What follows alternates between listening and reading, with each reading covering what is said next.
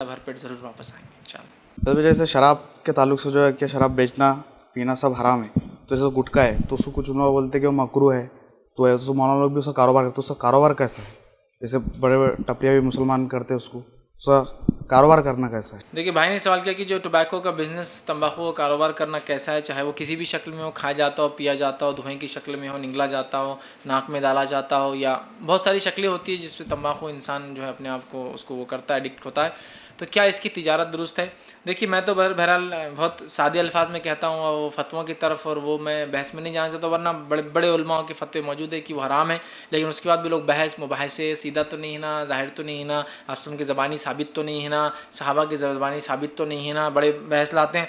मैं एक मामूली सवाल करता हूँ इसके ताल्लुक़ से कि आप मेरे घर आएँ और आप मेरे घर आने के बाद मैं आपको एक चाय का कप ला कर देता हूँ और कहता हूँ ये चाय पीजिए, उस पर लिखा हुआ है इस चाय पीने से आपको कैंसर हो सकता है।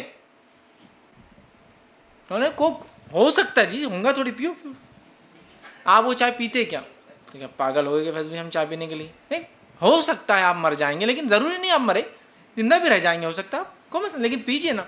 आप कहेंगे नहीं, तंबाकू की कोई अशिया बता दीजिए जहाँ लिखा हुआ है कि तंबाकू खाना बिल्कुल सेफ़ है, आप बिल्कुल खा सकते हैं, इससे सेहत में इजाफा होगा, आपकी कैपेबिलिटीज़ बढ़ जाएंगी, आपकी सेहत अच्छी हो जाएंगी, आपकी सांस क्लियर हो जाएंगी, आपका फलां अच्छा हो जाएगा, आपका दिमाग रिलैक्स है, कोई एक बताइए, है ना। Tobacco chewing, tobacco smoking is injurious to health, it may cause cancer, है ना, ये लिखा हुआ आता था। गवर्नमेंट ने देखी, लेकिन भाई हिंदुस्तान में लोग इतने पढ़े लिखे नहीं हैं, है, इतने पढ़े लिखे नहीं हैं, तो उन्होंने बोले ना कोई इतने पढ़े लिखे नहीं है, तो इनको तस्वीरों से बताएंगे अपन, कटावा गाल, मतलब पहले तो उन्होंने क्या कि बिच्छू उतारे, तो उनको लगा बिच्छू का उतारे क्या, वो भी नहीं समझा, वो भी नहीं समझा इंडियन मुस्लिम। तो वो भी गवर्नमेंट ने करी कि अब क्या की कंपल्सरी फोटोज डालो, लाइव फोटोज। फिर उन्होंने क्या किए, एक्सरेज देना शुरू किए, पूरे फेफड़े खराब हुए, वो भी नहीं समझा, तो अब तो लाइव फोटोज दिए, आंखों को छुपा देते हैं और एक गाल पूरा फटा हुआ, किसी का दांत सड़ा हुआ दे रहे, ताकि देखो भाई ये हो सकता तुम्हारे साथ भी हो। कुछ स्टेट्स तो बैन भी कर दिए इंडिया के, उसके गवर्नमेंट बैन कर रही है उसकी हुकूमत, जिससे उनको इतना रेवेन्यू जनरेट हो रहा, और हम मुसलमान अभी भी शक में मकरू है या हराम है, हम अभी शक में। अगर ये मकरू है, मकरू किसको कहते हैं, कभी कभार हो जाए तो, मैं अभी कुरान की इस्तिलाह में नहीं जा रहा, वरना मकरू मतलब डबल हराम, वो एक अलग चीज़ है, लेकिन हम जो मकरू लेते हैं कभी कभार कर लिया जाए तो, अगर ये मकरू है या अच्छी चीज़ है, ऐसा बहुत से लोग मकरू किसको कहते हैं, मैं फ़िक़ा की इस्तिलाह में कहता हूँ, फ़िक़ा की इस्तिलाह में मकरूस अमल कहते हैं, या उस चीज़ को जिसके बारे में शक हो, तो लिहाजा कभी कभार हो जाए तो ठीक है, हमेशा की इजाज़त नहीं होती मकरू। अब मकरू है दिन में 25 बार मकरू कभी हो जाए तो इसको बोलते हैं मकरू। कराहत वाला अमल ठीक नहीं है, लेकिन मजबूरन कर ले तो उसको कहते हैं मकरू। कराहत से जो अमल किया जाता है, मकरू बोल के 25 टाइम, ये कौन सी इस्तिलाह हो? ठीक, कुछ तो ये कि मकरू भी नहीं है, दुरुस्त है, कोई मसला नहीं है। तो मैं सवाल करता हूँ, कभी सदक़ात में भी आप दिया कीजिए, सिगरेट का डब्बा सदका आपको एक मेरी तरफ से, वो बेचारा गरीब है, उसको आपके ज़कात में सिगरेट के डब्बे बांटा मैंने पूरे गरीबों को, जितने लोग वहाँ थे हमारे एरिया में। अगर ये दुरुस्त है तो ये भी तो होना चाहिए ना कि भाई हमारे एक दोस्त आए थे, उनको मैंने जो है तंबाकू दिया तोहफे के अंदर। अगर दुरुस्त है तो ऐसा भी होना चाहिए, सदक़े में देना चाहिए, तोहफे में देना चाहिए, है ना। होता है क्या? नहीं, इसका मतलब बच्चों को नहीं, गवर्नमेंट ने एक एज बनाई, इस एज के बाद खा सकते हैं, है ना। बहुत सारे स्टेट इंडिया के बैन कर रहे हैं, मत खाओ, अभी बैन है ना हमारे पास, महाराष्ट्र में अभी भी बैन चल रहा है। मैंने देखा बहुत सी जगह बड़े बड़े टायर रखे हुए दुकानों के ऊपर, ना टायर करके रखे, तो वो बेचारा ऐसा बड़ा सिलबत्ता लेके वो टायर पे पीस रहा, बोले वो बंद हो गया ना पुड़ी, तो बोले मेरे को दिन भर बनाना पड़ा। कुछ लोग बड़े बड़े ग्राइंडर्स ला लिए, क्योंकि गवर्नमेंट ने पुड़ी बनाई। अब क्या है, गवर्नमेंट को भी चूँकि रेवेन्यू जनरेट होती है, उनको भी कोई मसला नहीं, कितने लोग मरते और खाओ और मरो, क्या मसला, लेकिन कुछ ना कुछ तो NGOs के प्रेशर से उन्होंने वो कम से कम पुड़ी तो बन की, चूँकि ईजिली एक्सेसिबल थी पुड़ी से, कोई एज रिस्ट्रिक्शन समझ में नहीं आता, कौन ले जाके कितना खाएगा, क्या करेगा। कम से कम ये टोबैको पत्ता, हालांकि होना ही चाहिए, जब अगर पुड़ी से उस सैचेट में जो चीज़ आती है उससे इतना नुकसान है, तो उसका रियल कल्प्रिट कौन है, तंबाकू है। तो गवर्नमेंट तो तंबाकू की हर अशिया को बंद करना चाहिए, देखा जाए तो। बहरहाल नहीं कि उसने एक चीज़ की, उनके कंट्रोल ला रहे हैं, धीरे धीरे वो करेंगे। बहुत जगह शराब भी बैन है, बहुत सारे स्टेट्स में, ठीक है, मतलब इंडिया की बहुत सारे स्टेट्स में शराब नहीं है, ऑफिशियली नहीं बेची जाती, लीगल, बहरहाल लोग बॉर्डर्स पे आके पीते, इधर के वो एक अलग चीज़ है, ठीक। तो बहरहाल आप देखिए, हुकूमत बोल रही नुकसानदेह है, उसको एक एज होना चाहिए, वो दुरुस्त नहीं है, उसके एड्स को बैन किया जा रहा है ना। शराब के ऐड आते टीवी पे, बहुत सारे लोग बेचारे जो जिनको समझता नहीं, बहुत सारे बोलते हैं कि ये ऐड समझे कि मेरे को आखिर तक क्या है, कि तो कुछ भी चलता है, एड़े तेड़े चले और आखिर में आता रॉयल स्टैक ख़त्म। बोलते क्या था उसको नहीं समझा बेचारे का। वो कहीं तो बाजार में जाता था, हाँ ये शीशी का एड था, अच्छी दिख रही है, लेकिन बताता नहीं क्या कर रही है ना। नीचे लिखा था ड्रिंकिंग वाटर, सोडा, कुछ तो भी ऐसा। शराब चूके डायरेक्ट नहीं, मतलब हुकूमत बता रही है कि डायरेक्ट नाम ना लिया जाए, वो क्या चीज़ है ना बताया जाए, इतना रिस्ट्रिक्शन दिया है। तो इससे कहीं ना कहीं समझ में आ रहा ना कि ये नुकसानदेह, तभी तो ये सब हो रहा है इसके पीछे। ये अलग बात है गवर्नमेंट की पॉलिसीज़ रेवेन्यू जनरेशन और टैक्सेस के लिए वो उसको इजाज़त दे रही है, लेकिन ये इंसानियत के लिए बहुत नुकसानदेह चीज़ है। और दुनिया में जितनी अमवात इससे होती है ना तंबाकू के खाने से, उतनी अमवात तो एक्सीडेंट से भी नहीं होती दुनिया के अंदर। सिर्फ टोबैको चीविंग से जो अमवात हो रही है, और इतने रैपिड आजकल तो केसेस आ रहे हैं, इतने रैपिड हैं कि अल्लाह रहम करे। एकदम बिल्कुल ऐसे कि यंग बच्चे जो है 25-30 साल की उम्र में और दुनिया से चले गए। क्यों? तंबाकू खाने की वजह से। तो आप बताइए ये चीज़ क्या दुरुस्त हो सकती है? मेरे घर की वो चाय पियेंगे क्या आप? बस इतना बताइए मुझे।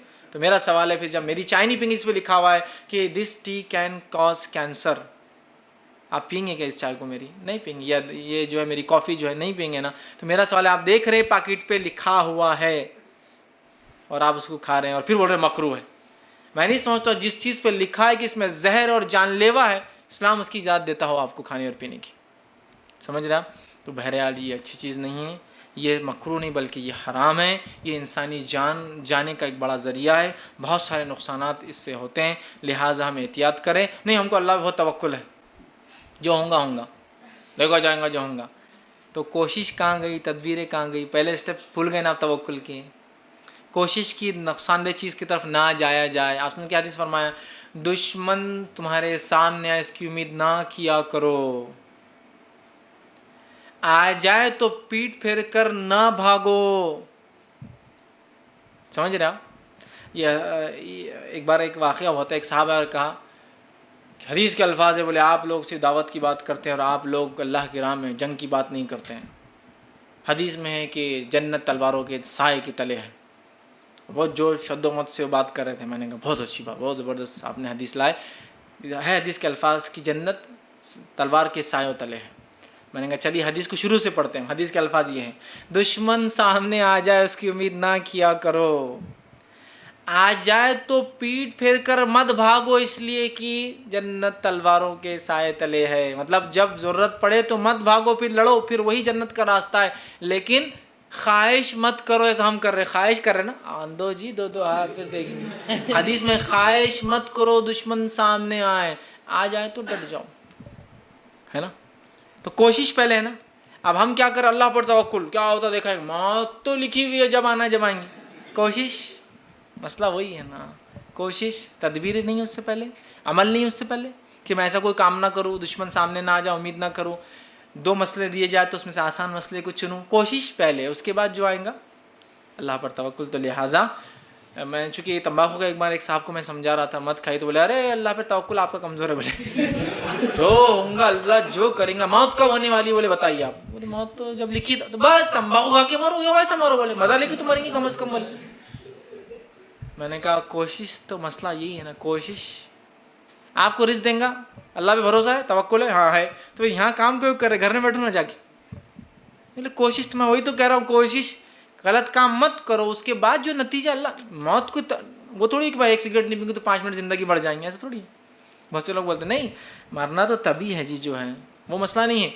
मसला ये है कि हमने क्या किया, हमने कोशिश क्या की, वो देखा जाएगा ना। तो बहरहाल हम जो है उससे अवॉइड करें, और वो शरीयतन याद रखिए, वो बहुत सख्त वो है और वो हराम है, याद रखिए। और आप की बहुत सख्त हदीसें हैं। हदीस के अल्फाज है, हर वो चीज़ जो चक्कर लाए वो हराम है। तो चक्कर मतलब दिमाग मारा जा रहा है। शरीयत का एक बहुत बुनियादी उसूल है, इंसान अपने आउट ऑफ माइंड कभी ना हो, इसलिए शराब हराम है, इसीलिए जुआ हराम है। जुए में क्या होता है, आदमी आउट ऑफ माइंड जब लग जाता तो वही खेलता रहता, नमाज हो रही है उसको परवाह नहीं, जुआ हो गया। इसी तरह आप देखिए ये गेम्स हो गए बहुत सारे, जो 500 आपने कहा 500, इसलिए कि 500 में भी आदमी इतना गर्क होता है कि उसको नमाज वमाज सब भूल जाता है ना। तो दिमाग मार देती है, नशा दिमाग मार देता है ना। तो बहरहाल दिमाग में हो आदमी, अपने आउट ऑफ माइंड ना जाए, पहला उसूल है, बेसिक उसूल है शरीयत का कि आउट ऑफ माइंड नहीं होना, माइंड में रहे। समझ रहे? तो हम देख रहे हैं ये नशा क्या करता है, दिमाग मार देता है। नहीं मैं तो इतना भोसा खाता, मेरे को चक्कर नहीं आए। नहीं भाई, पहली बार खाए तो आए थे ना, दूसरी बार खाए तो आया था ना, वो माना है। चक्कर जिस चीज़ के खाने से आए वो क्या है, नशा जो चीज़ लाए वो दुरुस्त नहीं है। लेकिन अब हमारे पास चलन है, बहुत एक आम दौर से चल रहा है, ठीक। तो बहरहाल हमको अवॉइड करना चाहिए। और सिर्फ तंबाकू नहीं, तंबाकू से रिलेटेड जितनी अशियाएँ हैं, इसमें जितनी अशियाएँ हैं, सारी चीज़ें। अब मैं सिर्फ तंबाकू नहीं कहूँ, मैं कहूँगा इसके अलावा मॉडर्न ख़दीम और जदीद जितने भी जो केमिकल नेम से और जो लोकल नेम से पहचाने जाते हैं, अफ़ीम हो, गांजा हो, चरस हो, या इसके अलावा नए नए नामों से आजकल जो आ रहे, तमाम चीज़ों को हम चाहे ओखे की शक्ल में आजकल बहरहाल फ्लेवर की तो बात होती है, लेकिन मैं सब वो एक बार फ्लेवर नेक्स्ट टाइम वो तंबाकू की शक्ल में जाता है।